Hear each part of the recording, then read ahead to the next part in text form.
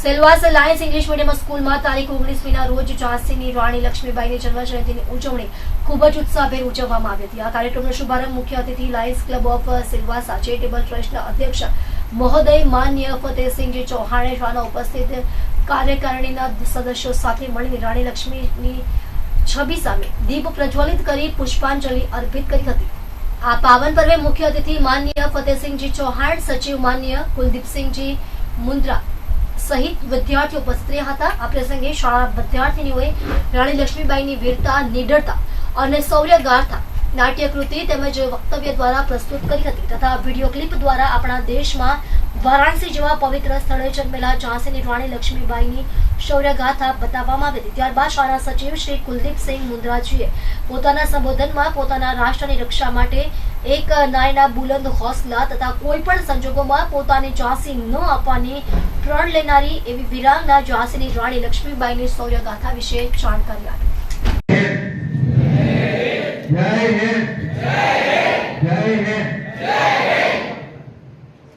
नमस्कार।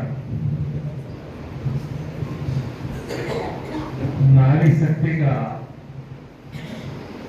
एक मजबूत प्रमाण महारानी लक्ष्मीबाई का जन्मदिन है। इस महान आत्मा को हम नमन करते हैं, वंदन करते हैं। रानी लक्ष्मीबाई के बारे में बहुत कुछ बताया गया है। खास करके हमारी जो बेटी ने रानी लक्ष्मीबाई का जो रोल यहाँ प्रदर्शित किया, हमें बड़ा गर्व है बेटी को। आपने देखा होगा इस बेटी की जो बॉडी लैंग्वेज थी वो लक्ष्मीबाई जैसी नहीं थी।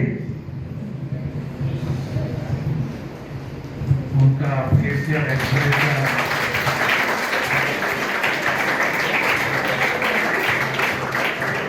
ऐसी बेटियों के प्रति हमें गर्व होना चाहिए। आज के इस अवसर पर मंच पर विराजित हमारी संस्था के सचिव श्रीमान कुलदीप जी मुंद्रा जी, श्रीमान हीरा भाई पटेल जी, लायंस इंग्लिश स्कूल की प्रभारी प्राचार्य श्रीमती मीराली पारेख जी, देवकीबा कॉलेज की प्रभारी प्राचार्य डॉक्टर सीमा पिल्ले, उप प्राचार्य डॉक्टर जानवी आरेकर, हमारे सुपरिटेंडेंट श्री रमेश भाई वनराज सिंह, श्रीमती स्वप्ना गंगवार, हमारे सभी अध्यापकगण और हमारे सन्मुख बैठी हुई हमारी सभी प्यारी बच्चियां जो कि वीरांगना है और प्यारे बच्चे, भारतवर्ष वीर पुरुषों और वीरांगनाओं की भूमि है। हमने बार बार यह कहा है कि हमारे बच्चों को हमारी इस महान वीर भूमि का इतिहास पढ़ना चाहिए और उसी के उद्देश्य के साथ हमने 4 हाउस का पुनः नामकरण किया है। उसके पीछे हमारा एक खास मकसद था। हमारे महान वीरों ने इस मातृभूमि की आन बान शान और सम्मान को बचाने के लिए अपना सर्वस्व निछावर किया। उनको हमें वंदन करना चाहिए, उनको याद करना चाहिए। पिछले दिनों हमारे देश के मंद बुद्धि के नेता बोलूंगा मैं जरूर, उन्होंने राजा महाराजा के प्रति एक टिप्पणी करी थी। हम ये कहना है पिछले 800 साल मुस्लिम आक्रांताओं को और 200 साल अंग्रेजों का अगर किसी ने सामना किया है तो हमारे उन राजा महाराजाओं ने, उन महान योद्धाओं ने किया है। और उसी को चलते आज हम हिंदुस्तान को एक सनातन धर्म के साथ, चाहे और धर्मों के साथ एक अच्छी तरह से समाज उसको लेके जी रहा है। तो हमें इस इतिहास को नहीं भूलना चाहिए।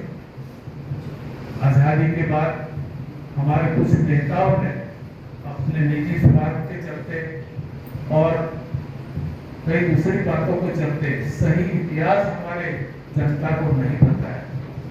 हमारे सौभाग्य है कि पिछले सालों में हमारा इतिहास जो है पूरा लिखित हो रहा है और सही जो इतिहास है हमारे बच्चों के सामने आ रहा है। हमारे देश की जो स्थिति है आप उसमें देखेंगे, आजादी के सही मायने में अगर कोई लड़वैये थे, महाराणा प्रताप को याद करो, पृथ्वीराज चौहान को याद करो, शिवाजी महाराज को याद करो, और जिन्होंने अंग्रेज शासन में सही अर्थ में आजादी की शुरुआत की 1857 में, तो ये महान महारानी लक्ष्मीबाई। ऐसे महान लोगों से हमें सीख लेनी चाहिए, प्रेरणा लेनी चाहिए। खास करके हमारे बच्चियों और बच्चों को बताना चाहते हैं, हमारे लिए सबसे पहले कुछ आता है तो हमारी मातृभूमि का सम्मान आता है, उसके बाद बाकी चीजें आती है। इसको आपको जीवन में उतारना चाहिए। तो पुनः एक बार आज के इस अवसर पर रानी लक्ष्मीबाई को हम वंदन करते हैं, प्रणाम करते हैं, और आप सब यहाँ आए और रानी लक्ष्मीबाई के इतिहास को याद करने का, जानने का प्रयास किया, तो आपको भी हम धन्यवाद देना चाहते हैं। खास करके हमारे अध्यापकों को हम बताना चाहते हैं, आपका और हम सबका यह दायित्व है कि जो हमारा नया जनरेशन है, ये जो आज जो बच्चे हमारे यहाँ पढ़ाई कर रहे हैं, उनको इसको बार बार इस चीज को दोहरा के बताना चाहिए कि हमारा इतिहास क्या है। तभी उन्हें भी एक प्रेरणा मिलेगी, इसी तरह जीवन जीने का उनको एक गाइडेंस मिलेगा। तो आप सबको चाहिए कि उनको बार बार जब भी क्लास में आप जब टीचिंग के लिए जाते हैं, 2-5 मिनट का समय निकाल के आपको हमारे बच्चों को ये बताना चाहिए। पुनः एक बार आप सबका बहुत बहुत धन्यवाद। भारत माता की जय।